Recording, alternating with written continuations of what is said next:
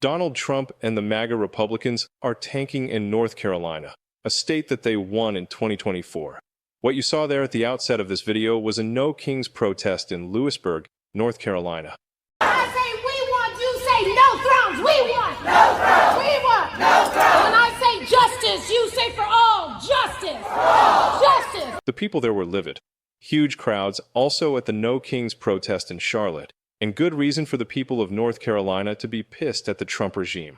They chanted, "I say we want it. You say no throne. We want no throne. We want no throne. I say justice. You say all. Justice. Justice." You look at Donald Trump's disapproval right now in North Carolina. It's 53%, only 46% approve. You look at the state legislature generic ballot. Democrats, their lead 47% to 43%, and Republicans have had a stranglehold over that North Carolina legislature as well. And here's the real reason the anger is boiling over.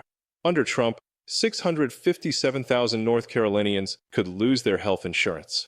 125,000 jobs are at risk. Families are paying about $1,700 more just to stay afloat. Day after day, Trump goes after the same people who carried him in 2024, and North Carolinians have had enough. Before we go any further, hit subscribe right now so you never miss the truth the Trump machine is trying to bury. The crisis in North Carolina did not begin in Washington. It began in places like a small lumber yard owned by a man named Wilson Jones, a fifth-generation business owner who once cast his vote for Donald Trump. And here is where the story turns. When Donald Trump launched his sweeping tariffs and announced what he called Liberation Day, Wilson's entire operation began to collapse. That is not an allegation. That is his reality. As he put it, with a voice full of weary sarcasm, liberation did not liberate us. It damn near liberated me from our business.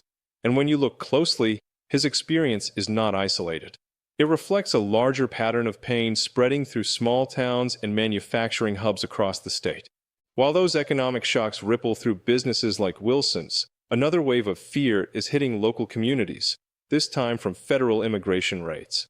Politico captured Republican concerns in a headline asking whether the cost of these operations is worth it. On the ground, those raids have a name, Operation Charlotte Web. But when you strip away the branding, you see something far more unsettling. Federal agents are not targeting dangerous criminals. They are sweeping up workers who have lived in North Carolina for years. People with families, people paying taxes, people staffing the restaurants, farms, factories, and construction sites that keep the state's economy running. And here is the part most people never see.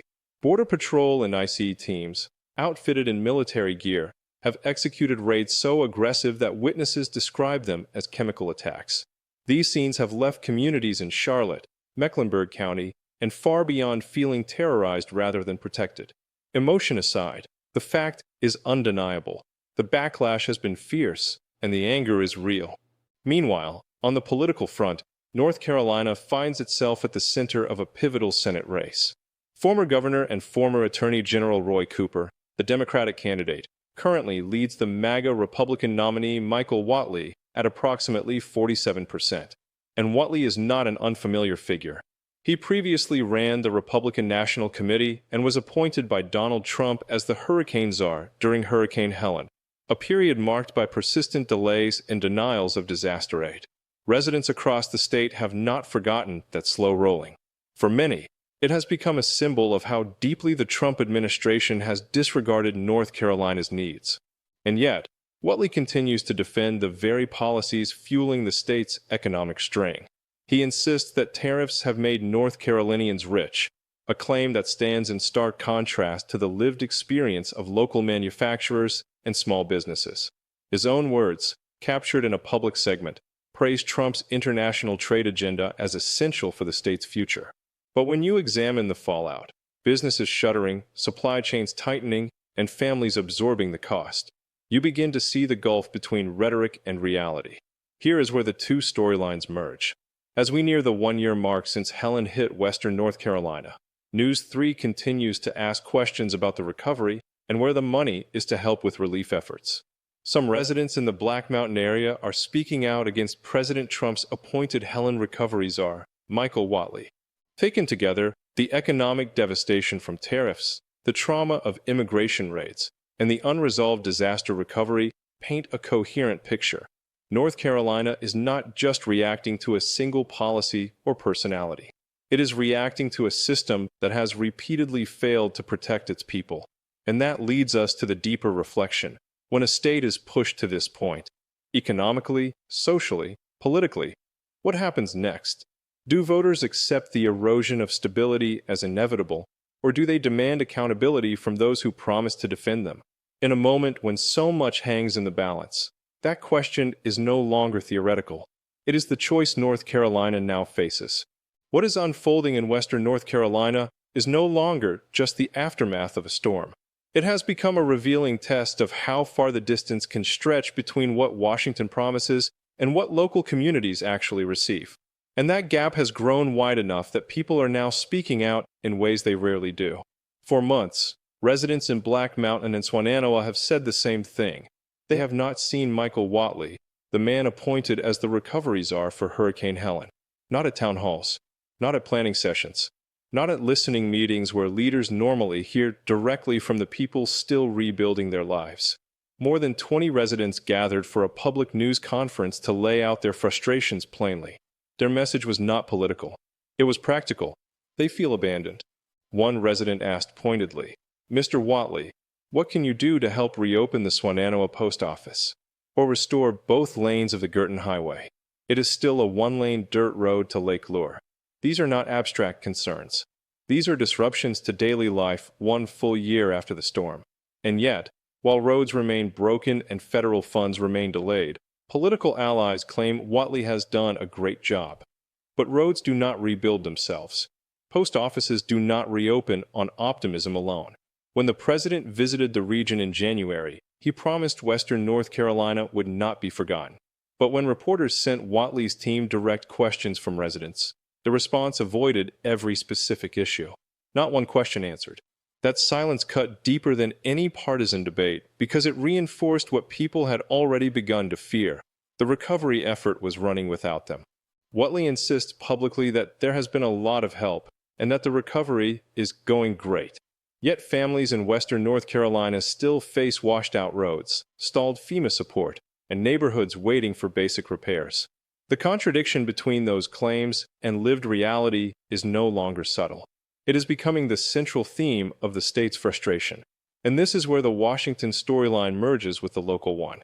Former Governor Roy Cooper, now running for the United States Senate, points to a pattern he says is harming North Carolinians statewide. He notes that Donald Trump's disapproval in the state sits at roughly 53%. That figure reflects months of rising pressure.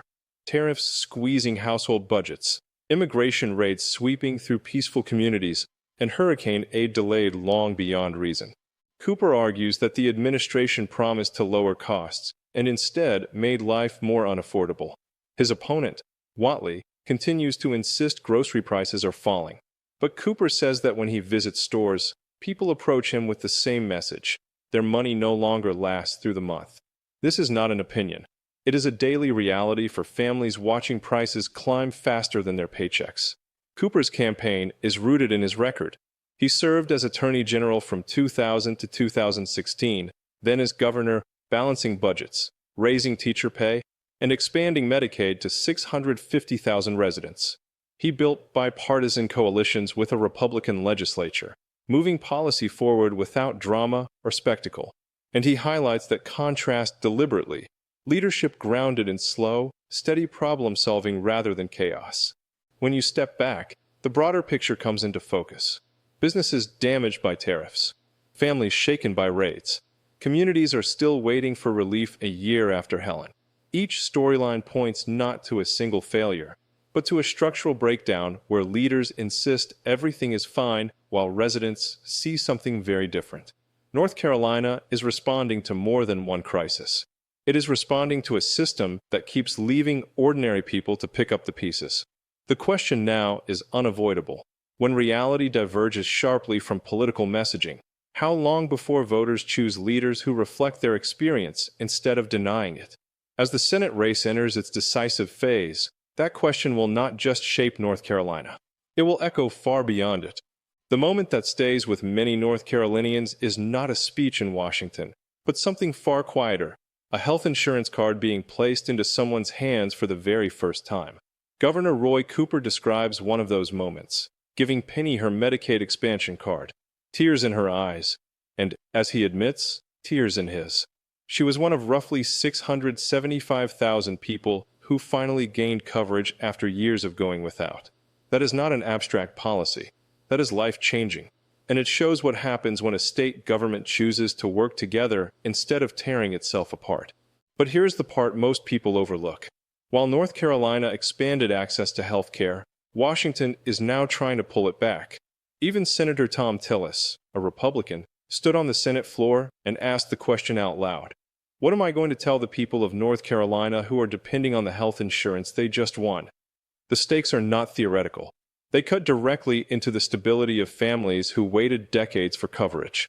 And in this moment, as Washington moves to undo what the state built, Cooper argues that leadership must begin with listening. Not slogans, not theatrics. Listening and doing the work. It is the reason he says he is running for the United States Senate, to bring that practical experience from Raleigh to Washington, a place he describes as broken and drifting further from the people it is supposed to serve. Kung Luke, the federal storyline sharpens. His opponent, Michael Watley, former head of the Republican National Committee, is now telling voters that things are great, that North Carolina is thriving, that the state is living in a golden age. But when people step outside, when they buy groceries, when they pass ICE agents on the street, their reaction is simple. What is he talking about?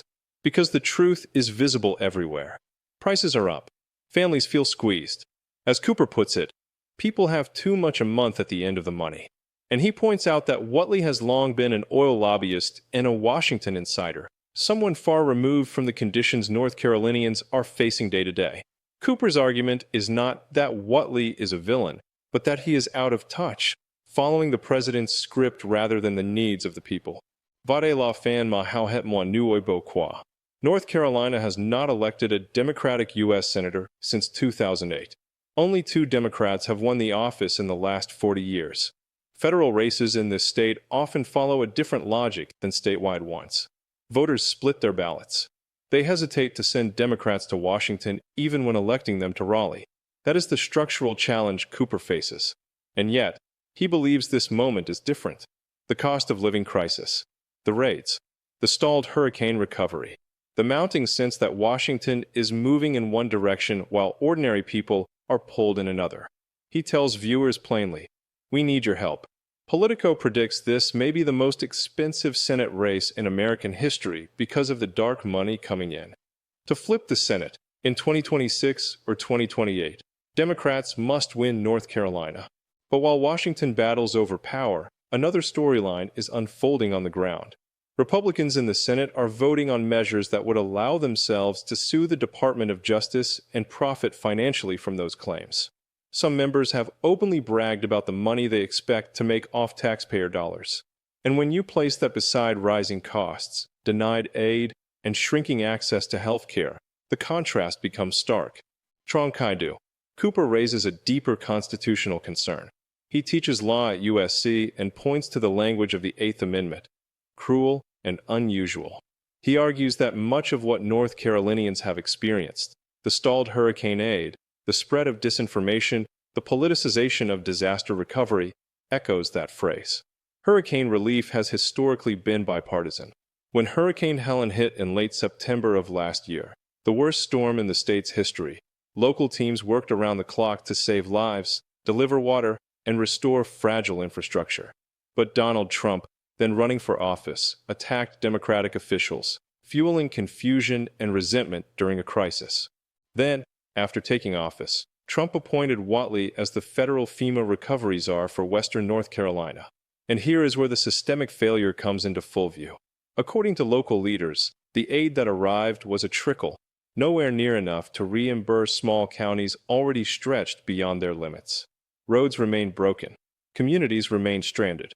Residents and bipartisan officials eventually signed a letter calling for Watley's resignation, arguing Washington had turned its back on them. This is the hidden angle. Disasters reveal systems.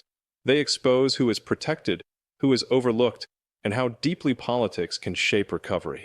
For months during the campaign, national leaders described everything as failing and promised they could fix it. But once in power, their decisions slowed the flow of aid, leaving counties and families to shoulder the burden alone. As these two storylines collide, Washington's narrative of success and North Carolina's lived experience of delay, denial, and rising costs, a larger picture emerges. This is not an isolated failure. It is a pattern repeated across policy areas: healthcare, immigration, disaster recovery, and economic relief.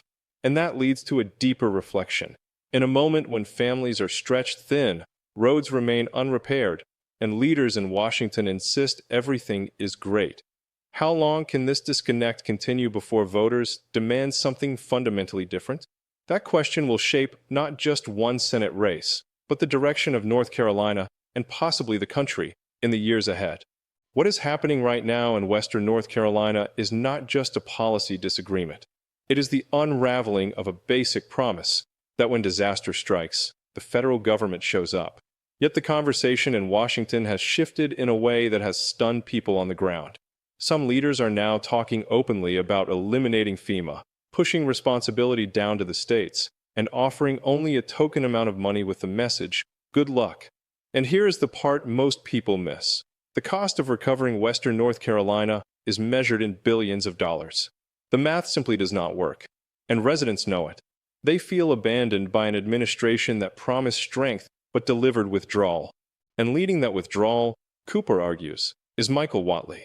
The same Michael Watley appointed as the federal recovery czar. The same official who, according to residents, has not provided the support communities desperately need. This is not a partisan interpretation.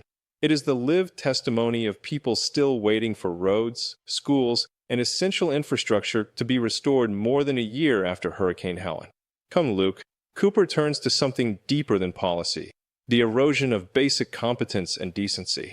He points out how corporate media often treats politics as a scoreboard. Who's up? Who's down? Who's winning the day? But beneath that framing, he says, is a fundamental truth we cannot ignore. Leadership requires empathy, dignity, and the ability to help people without needing applause. And that, he argues, is what has been distorted under the Trump regime and the people he elevated, including Watley. Here is the part that resonates most with North Carolina's older, politically engaged audience. Cooper acknowledges that politics has always been rough, but he says what we are seeing now, the whining, the grievance posting, the spectacle, is something different, something smaller, something that does not reflect the America or the North Carolina he knows. And he draws a contrast with his own leadership, steady, civil, and focused on bringing people together. But he also widens the lens to a structural issue. The purpose of public office is to represent everyone, even those who did not vote for you, even those who attack you. Real leadership, he says, means standing up for your principles while still seeking consensus, still listening, still crossing the aisle. He notes that he did this as governor, as attorney general, and even earlier as Senate Majority Leader when the state house was controlled by Republicans. Progress requires cooperation. It required discipline, and it required remembering that the government serves all, not some. Trong Kai-du. He turns to the crisis at the federal level. He argues the checks and balances that define American democracy have been knocked off balance. The executive branch is concentrated in one party, under one person, and the legislative and judicial branches, the two institutions designed to restrain power, are not exercising their full authority. That, he warns, is how democracies weaken, not in dramatic moments, but through slow erosion of institutional courage. And this is where he introduces the next mini-hook, tariffs. Cooper says Republicans and Democrats alike must reassert congressional authority over trade policy because the current tariffs are indiscriminate. CEOs cannot plan investments. Small businesses and consumers are paying the price. The lack of predictability, the chaos, is choking economic growth. Negotiated tariffs can work, he says, but they must be grounded in stability, not improvisation, not impulse, not political branding. Here is the hidden angle. This is not just about tariffs. It is about how corruption grows when no branch checks the others. It is about how policies become unpredictable when they originate from a single executive rather than a constitutional process. It is about remembering that Congress exists to scrutinize, restrain, and balance, not to rubber stamp. In Cooper's view, the solution is not abstract. Republicans and Democrats must reclaim their role in governing. They must restore oversight. They must remember that their mandate comes from the people of their states, not from a president, not from party donors, not from political fear. And that leads us to the deeper reflection. If institutions allow themselves to be sidelined, and if leadership becomes more about performance than service, who will be left to protect the public when crisis hits? As North Carolina faces the next phase of this high-stakes Senate race, that question is not theoretical. It is urgent, it is structural, and it will shape not only this election, but the future balance of American democracy itself. In the final moments of the conversation, the tone shifts from policy to urgency. The question is simple. Governor, where can people learn more? But beneath that simplicity is the recognition that this race, this one Senate seat, may help determine whether Washington continues its current trajectory or regains some measure of balance. Cooper's answer is direct. He urges viewers to visit roycooper.com, a place where people can read about the campaign, understand the stakes, and, if they are able, offer financial support. And here is the part many people forget. Federal campaigns in the post-Citizens United era are extraordinarily expensive. Cooper calls it ridiculous, but he also acknowledges a hard truth. Until the law changes, no campaign can afford to unilaterally disarm. If Democrats want to correct the record, counter disinformation, and speak directly to voters, they must be competitive in the modern campaign economy. And this is where the Washington storyline loops back into the local one. The very need for massive fundraising reflects the broader imbalance of power that has allowed dark money to flood federal elections. Money that shapes narratives, influences priorities, and amplifies voices that do not necessarily reflect the communities most affected. Cooper's appeal is not framed as a partisan plea. It is framed as a necessity forced by a system distorted by unlimited outside spending. The host closes the segment with gratitude for Cooper's time and with a familiar call to action.